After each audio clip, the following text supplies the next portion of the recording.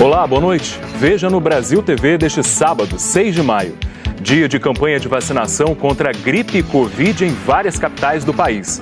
Um ciclista é atropelado por um carro numa rodovia de Minas Gerais e o motorista foge sem prestar socorro.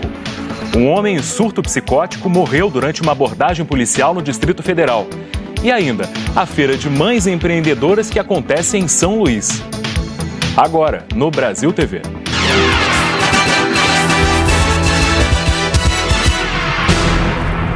Várias capitais brasileiras fizeram hoje o dia D de vacinação. Foi uma oportunidade para atualizar a carteirinha e se proteger contra doenças como a polio, a meningite e o sarampo. Em muitas cidades teve também a aplicação da dose da bivalente contra a Covid-19. No Rio, foram mais de 500 pontos de vacinação abertos desde cedo. A vacinação começou no dia 10 de abril, vai até 31 de maio e o dia D marca a metade da campanha. Mas até agora, a cobertura vacinal na cidade do Rio não chegou nem à metade da meta de 90% de alcance entre os grupos prioritários, que envolvem crianças e idosos. O percentual está em 28%, considerado muito baixo pela Secretaria Municipal de Saúde. Por isso, o esforço no dia de hoje, com o dobro de pontos de vacinação pela cidade, também em espaços públicos, além de unidades de saúde, que incluíram até programação cultural. Nesse centro de saúde da Tijuca, teve roda de samba. A maioria dos locais funcionou até às 5 da tarde, mas o serviço é estendido em alguns pontos, como o Supercentro de Vacinação em Botafogo, na Rua General Severiano, que atende hoje até às 10 da noite e não precisa nem descer do carro para tomar vacina. E não é preciso ser de grupo prioritário para vacinar. As crianças com mais de 6 meses e todo o público daí em diante deve se imunizar. Se não foi hoje, procure uma unidade de saúde até o fim do mês. A vacina está atualizada, protege contra os principais vírus da gripe que estão em circulação. E as autoridades em saúde recomendam: tome sua vacina da gripe antes do inverno chegar, para evitar dor de cabeça e outros sintomas que a doença traz. Larissa Schmidt para o Brasil TV. É isso aí. Em Porto Alegre, teve passe livre nos ônibus para facilitar o deslocamento da população. Esse mutirão de vacinação contra a gripe e a Covid também aconteceu em Belo Horizonte. Até agora, no país, pouco mais de 13 milhões de pessoas, 25% do público-alvo, tomaram a bivalente, que protege contra mais variantes do coronavírus. Em menos de 5 minutos, o Ricardo conseguiu se proteger contra a gripe e contra a Covid. Eu trabalho durante a semana, né? Então é importante aproveitar os dias que o Estado proporciona pra gente vir tomar vacina. Importante porque você se imuniza, protege a si e ao próximo, né? Que então é um dever de cidadão, né?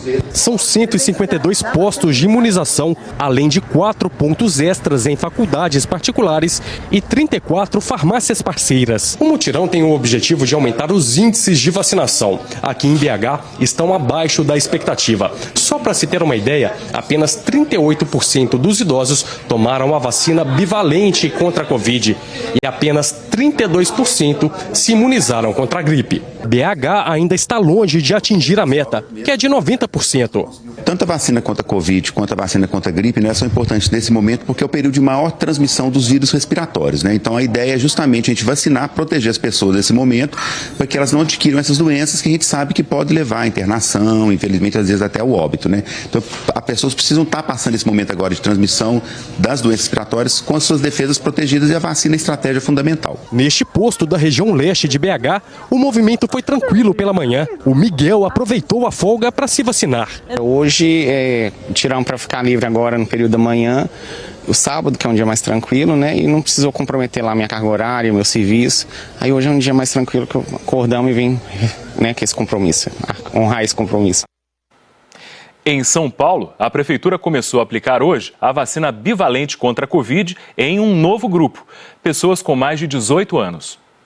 O André, de 19 anos, estava ansioso. Não via a hora de chegar o momento de tomar a bivalente. E o dia chegou. Entrou na sala de vacinação e pronto. Rapidinho, vacina no braço.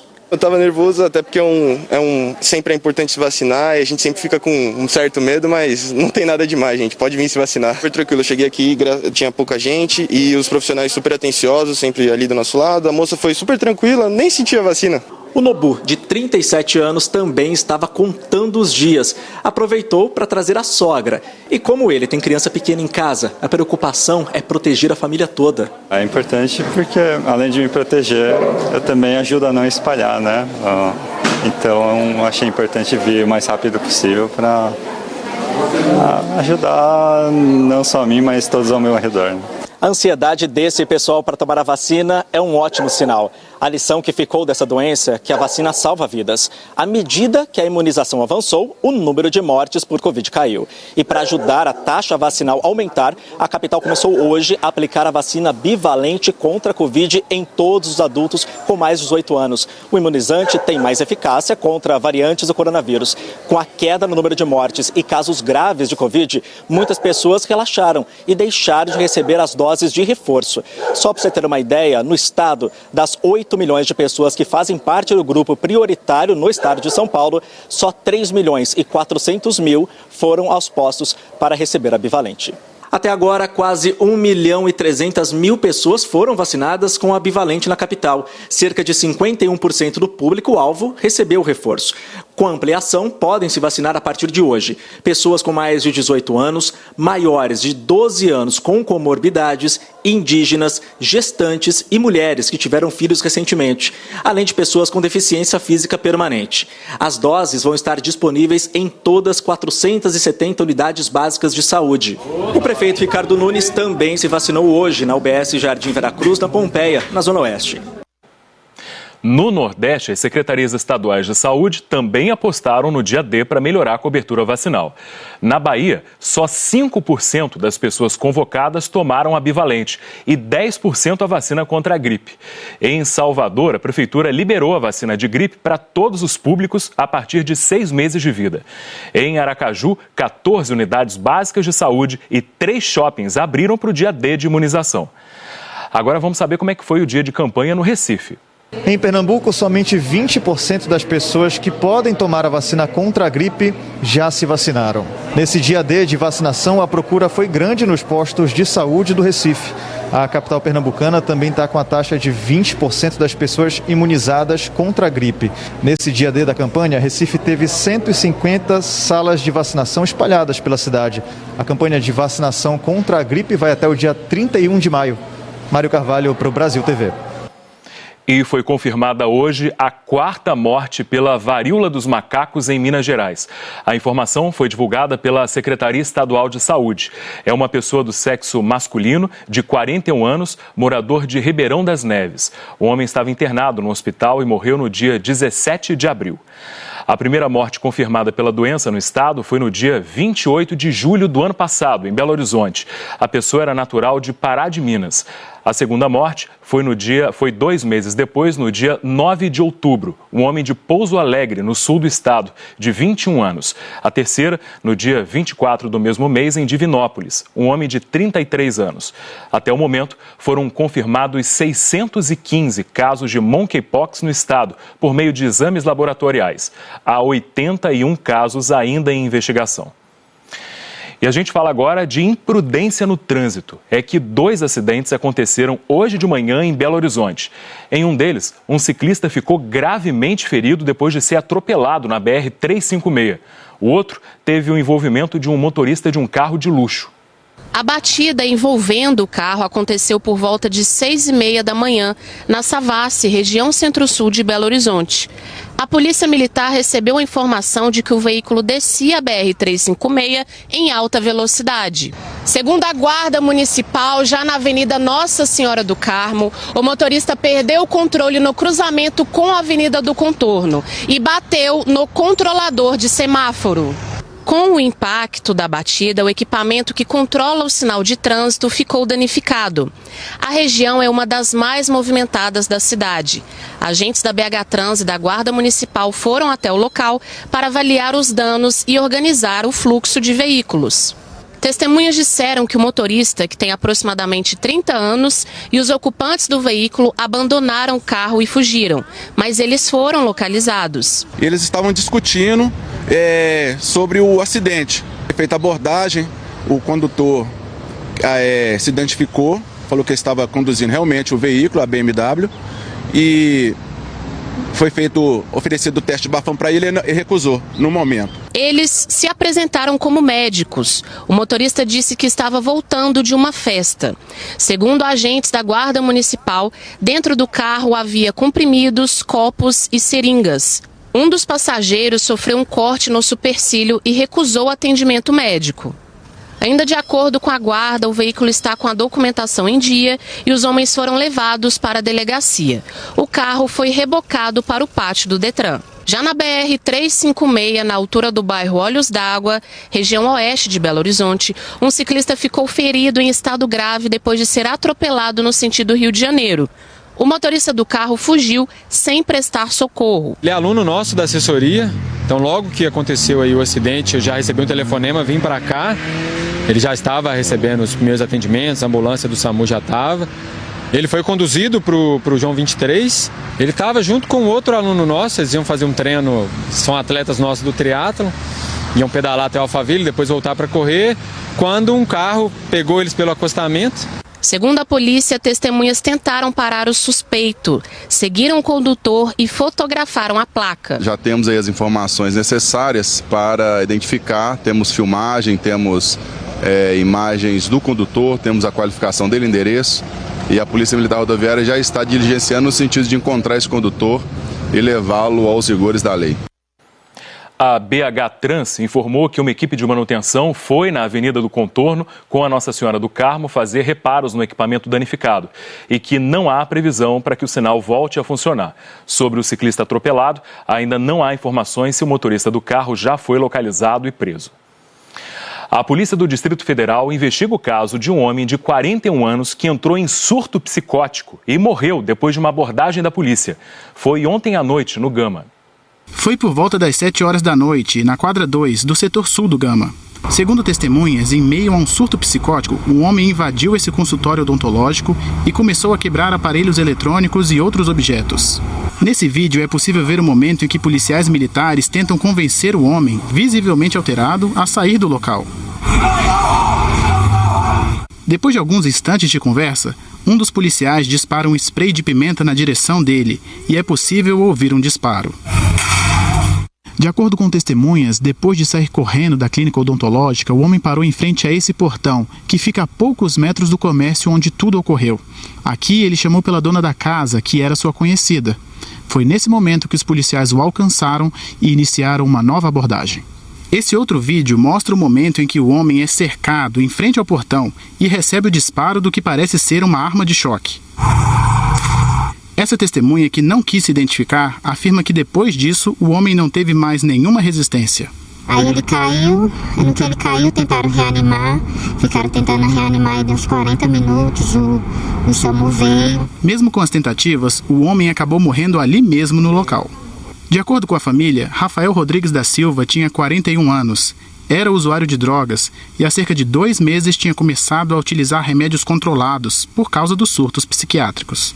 Ele já teve esse surto com essa a terceira vez, mas dessa vez foi a primeira vez que ele foi pra rua, porque das outras vezes conseguiu conter, né? Foi dentro de casa. É muito triste, né? Pra gente é difícil, a gente fica sem acreditar. A Polícia Militar do Distrito Federal informou que o homem falava coisas desconexas, danificou vários bens de um posto de combustíveis e correu para a clínica quando os PMs chegaram. Os policiais tentaram acalmar o homem, mas ele saiu correndo, estava agressivo e resistente. Segundo a polícia, o gás e a arma de choque não surtiram efeito. O homem passou mal, desmaiou e, apesar das tentativas de reanimação, ele não resistiu e morreu no local. O caso agora está sendo investigado pela Polícia Civil. Nós não conseguimos contato com a clínica odontológica que foi invadida pelo homem. E começou hoje de manhã a demolição do prédio Marquês de Filipe, em Olinda. É um dos 110 edifícios que ameaçavam cair na cidade. E a Bianca Carvalho acompanhou o trabalho. Olá, boa noite. A interdição começou às 8 horas da manhã. Este é um dos edifícios interditados em Olinda, são 110 ao todo, por graves problemas na estrutura. Esse aqui foi condenado pela Defesa Civil a 19 anos.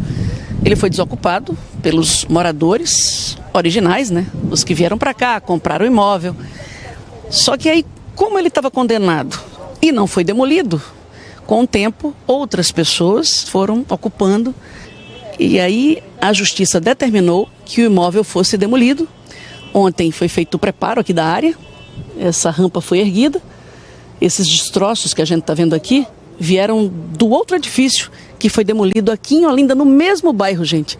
E aí é feita essa rampa para que as máquinas, as retroescavadeiras hidráulicas, possam ser colocadas lá em cima. A demolição acontece de cima para baixo, para ir diminuindo o peso da edificação. Então esses imóveis aqui do lado estão desocupados temporariamente até que o trabalho de demolição seja concluído. A seguir, você lembra do caso da cobra Naja em Brasília? 3 anos depois da apreensão, 4 pessoas foram condenadas, 2 por tráfico de animais silvestres.